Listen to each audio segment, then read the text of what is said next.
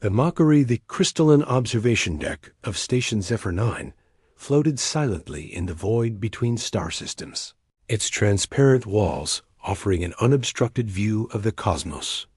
Inside, Supreme Observer Kethel of the Krillian Empire adjusted his 4 optical stalks to focus on the holographic display before him.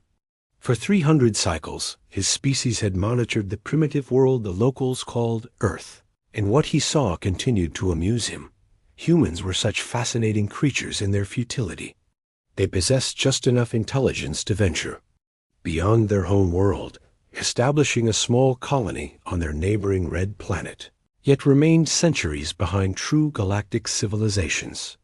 Their ships moved through space like wounded creatures, relying on primitive combustion and nuclear propulsion, while the Krillians had mastered quantum folding generations. Ugo.Sub-Observer Vexen entered the chamber, his scaled form reflecting the ambient starlight in prismatic patterns.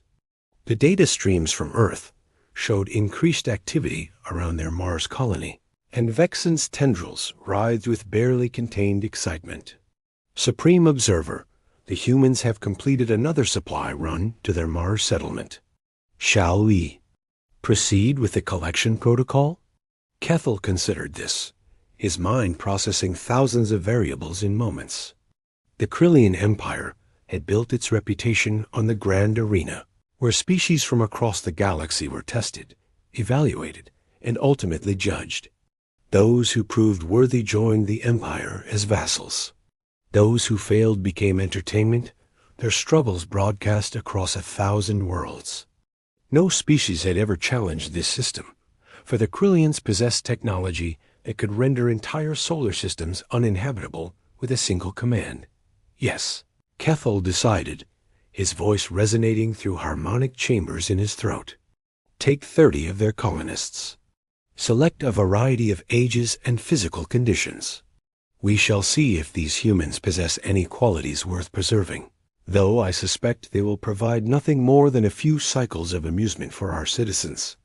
Collection was surgical in its precision. Krillian transport beams pierced through the thin atmosphere of Mars, extracting humans from their habitat modules without warning.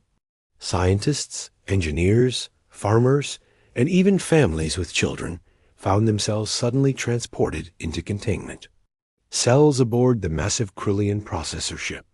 The entire operation took less than 3 minutes, leaving the Mars colony in chaos, and Earth's government scrambling to understand what had happened. Dr. Sarah Chen was examining soil samples in her laboratory module when the world dissolved into light. One moment she was documenting mineral compositions. The next she stood in a circular chamber of polished metal. It seemed to pulse with an inner luminescence. Around her, other colonists materialized in similar states of confusion and terror. She recognized faces from the colony. Marcus Rivera, the hydroponic engineer. The Patel family with their 12-year-old daughter Priya. Old Thomas Ride, who ran the communication array. And dozens of others. The walls of their prison were transparent, revealing a vast hangar beyond where beings of impossible anatomy moved with purpose. The Krillians stood 3 meters tall, their bodies a fusion of reptilian and insectoid features that seemed to shift and change depending on the angle of observation. But it was their eyes that truly unsettled Sarah. 4 stalks that moved independently, each one capable of focusing with predatory intensity. Welcome, primitives, a voice echoed directly into their minds, bypassing their ears entirely. Sarah felt the alien presence in her thoughts, cold and invasive like ice water flooding her consciousness. You have been selected for the honor of participating in the Grand Arena of Krill. Your species will be evaluated for its survival potential. Those who demonstrate exceptional qualities may earn the privilege of serving the Empire. Those who fail will provide educational value through their termination. Marcus stepped forward, his jaw clenched with a fury Sarah had never seen in the normally cheerful engineer. You have no right to take us. We are citizens of Earth and Mars. Our governments will your governments. The voice interrupted, with what could only be described as amusement, are currently debating whether to send a strongly worded transmission or to pretend this never happened. We have been watching your species for longer than your recorded history. You possess no weapons that could breach our defensive screens, no ships that could reach our worlds, and no allies who would dare challenge the Krillian Empire. You exist because we allow it, and you will end because we demand it. The first trial began within hours. The humans were separated into groups and forced into an arena that defied physics, its dimensions seeming to shift and change with each step. Sarah found herself paired with Thomas Reed and two colonists she didn't recognize, facing off against creatures that looked like amalgamations of every predator Earth had ever produced. The Krillians watched from elevated platforms, their optical stalks focused with the intensity of scientists, observing specimens. But something unexpected happened in that arena. When one of the predator creatures lunged at Thomas, the old man didn't run. Instead, he grabbed a piece of debris from the ground and drove it into the creature's eye with a savagery that surprised even him. Sarah and the others didn't scatter in panic as the Krillians had expected. They formed a defensive circle, using their intelligence and cooperation to overcome opponents that should have torn them apart. In seconds, this pattern repeated across multiple trials. The humans adapted, learned, and most surprisingly, they protected each other. When the Patel family was thrown into an arena with environmental hazards, Marcus Rivera literally carried young Priya through sections of toxic gas, burning his lungs to save a child that wasn't even his. When food was withheld as a test of desperation, the humans shared what little they had rather than fighting among themselves. Cathal watched these displays with growing interest. These humans were proving more resilient than anticipated, though he attributed it to luck rather than any inherent superiority. They were still primitives, still bound by emotional responses that the Krillians had long since evolved beyond. Their anger, their fear, their desperate need to protect one another. These were weaknesses that would ultimately lead to their downfall. The breaking point came on the 15th day of trials. The Krillians had decided to test the limits of human emotional attachment. They placed young Priya Patel alone in an arena with a creature specifically engineered to kill slowly and painfully. The other humans were forced to watch from their cells, helpless to intervene. Sarah would never forget the sound that Marcus Rivera made when the child's screams began. It wasn't quite a scream, wasn't quite a roar. It was something primal, something that bypassed thousands of years of civilization and reached back to humanity's darkest origins. He threw himself against the energy barrier of his cell with such force that his shoulder dislocated. When that didn't work, he began hitting it with his head, blood streaming down his face as he tried to break through by sheer will alone. The other humans joined him, their combined rage creating a cacophony that made even the Krillian guards step back. They beat against their barriers until their hands were raw, their voices joining in a harmony of fury that seemed to shake the very air. And then, impossibly, Marcus's barrier flickered. For just a moment, the energy field wavered, and he pushed through. What happened next would be debated in Krillian academic circles for cycles to come. Marcus Rivera, a human with no weapons and no enhanced abilities, killed 3 Krillian guards before they managed to subdue him. He moved with a speed and violence that their predictive algorithms hadn't accounted for, using the guards' own weapons against them, with an improvisation that defied logical analysis. By the time they stopped him, Priya was already dead, but Marcus had made a statement that resonated through the Empire.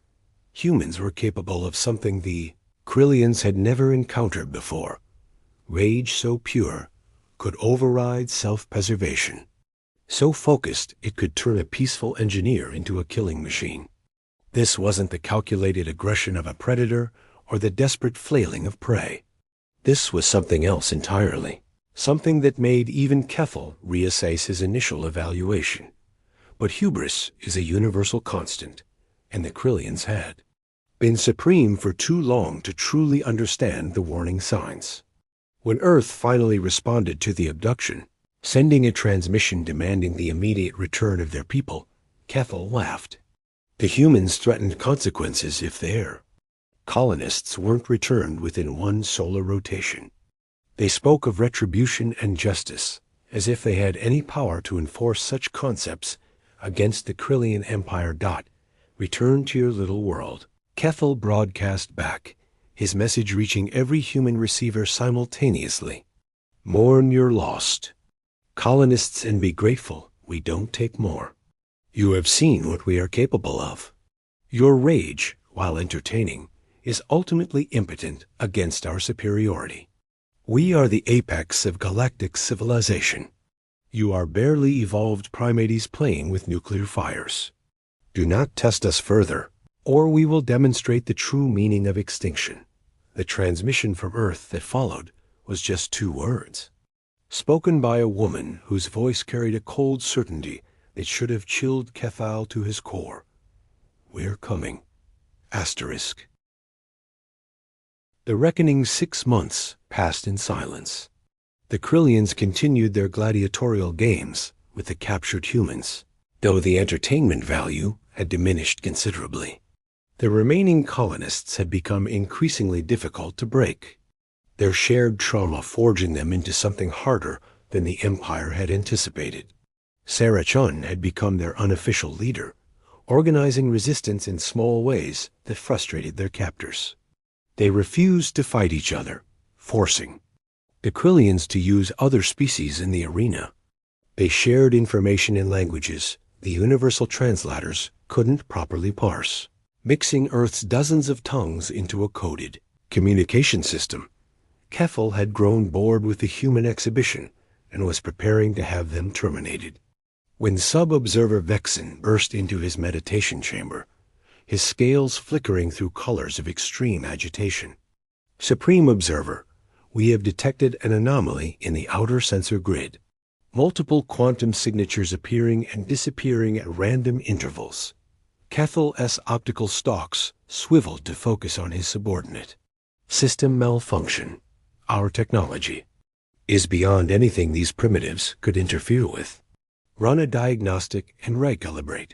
But the anomalies continued, growing more frequent over the following days. Sensor stations throughout the Empire reported similar disturbances, quantum fluctuations that didn't match any known phenomena. The Krillian Science Council convened emergency sessions, their best minds unable to explain what was happening. Some suggested it was a natural cosmic event. Others worried about a new species entering their space. None of them considered that humanity had spent those 6 months doing what humans did best, adapting, learning, and preparing for war. The truth was both simpler and more terrifying than the Krillians could have imagined. Earth hadn't sent threats or diplomatic missions after that final transmission. Instead, every nation, every corporation, every individual with relevant expertise had united toward a single purpose. They reverse-engineered the quantum signatures from the Krillian transport beams. They developed stealth technology based on the energy readings their satellites had captured. They built weapons designed not for conquest, but for complete annihilation. Admiral Jessica Morrison stood on the bridge of the UE's Vengeance, flagship of humanity's first interstellar war fleet. Around her, 200 ships held position in folded space, invisible to Krillian sensors, thanks to a quantum masking field that had cost 3 Nobel laureates their sanity to develop.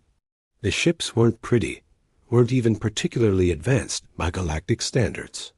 But they were built with singular purpose, to demonstrate that human rage, properly channeled, could burn worlds.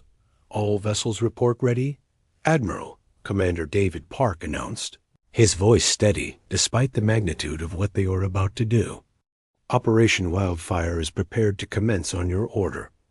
Morrison looked at the tactical display showing the Krillian home world, a jewel of purple seas and golden continents, protected by defensive satellites and patrol fleets. Intelligence gathered from intercepted communications indicated the population was over 12 billion, mostly civilians who had no direct involvement in the abductions.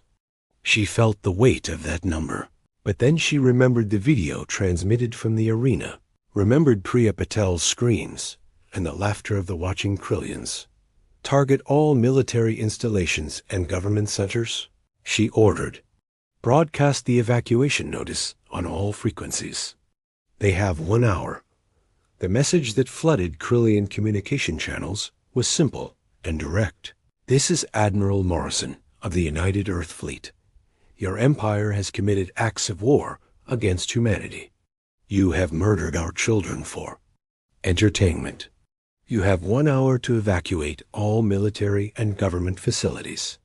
Any civilian who remains near these targets does so at their own risk. This is not a negotiation. This is a notification. Kethel was in the Grand Council chamber when the message arrived, surrounded by the Empire's highest officials. They laughed at first. The very idea that humans had reached their world undetected was absurd. But the laughter died when the first ship decloaked above their capital city, and another, then dozens more, appearing like phantoms from the void itself. Impossible, Vexen whispered, his scales turning a shade of white that indicated pure terror. Our sensors, our defenses. The humans had done something the Krillians never expected. Instead of trying to match their enemy's technology, they had found ways around it. The stealth systems weren't sophisticated by galactic standards, but they exploited specific blind spots in Krillian sensors. The weapons weren't energy beams or exotic particles, but simple kinetic strikes accelerated to relativistic speeds, impossible to stop once launched. Morrison watched the countdown timer reach 0. No significant evacuation had occurred. Krillian still didn't believe humans were capable of following through on their threat. She turned to Commander Park and spoke the words that would echo through galactic history. Light them up. What followed was precise, calculated, and utterly devastating. Human ships launched thousands of tungsten rods, each one moving at 90% the speed of light. They struck military bases, weapons platforms, and government buildings with the force of nuclear weapons, but without the radiation. The orbital defense stations were vaporized in seconds. The Grand Council chamber where Kethel stood became a crater visible from orbit, but humanity's rage was tempered with something the Krillians had never shown: mercy for the innocent. Civilian areas were deliberately avoided. Hospitals, schools, and residential districts remained untouched even when military targets were integrated among them. The humans used surgical precision where the Krillians would have used overwhelming force. The Krillian fleet, pride of the Empire, scrambled to respond. Their ships were technological marvels, equipped with weapons that could crack moons. But they were designed for display, for intimidation against species that had already surrendered to the Empire's superiority. They had never faced an enemy that didn't care about survival, that had come not to conquer, but to make a point written in fire and death. The battle in orbit lasted 4 hours. Human ships died by the dozens, their inferior shields and armor no match for Krillian energy weapons. But for every human ship destroyed, 3 more seemed to take its place, emerging from folded space with suicidal determination. They rammed Krillian vessels when their weapons were exhausted. They overloaded their reactors to create miniature suns that consumed enemy formations.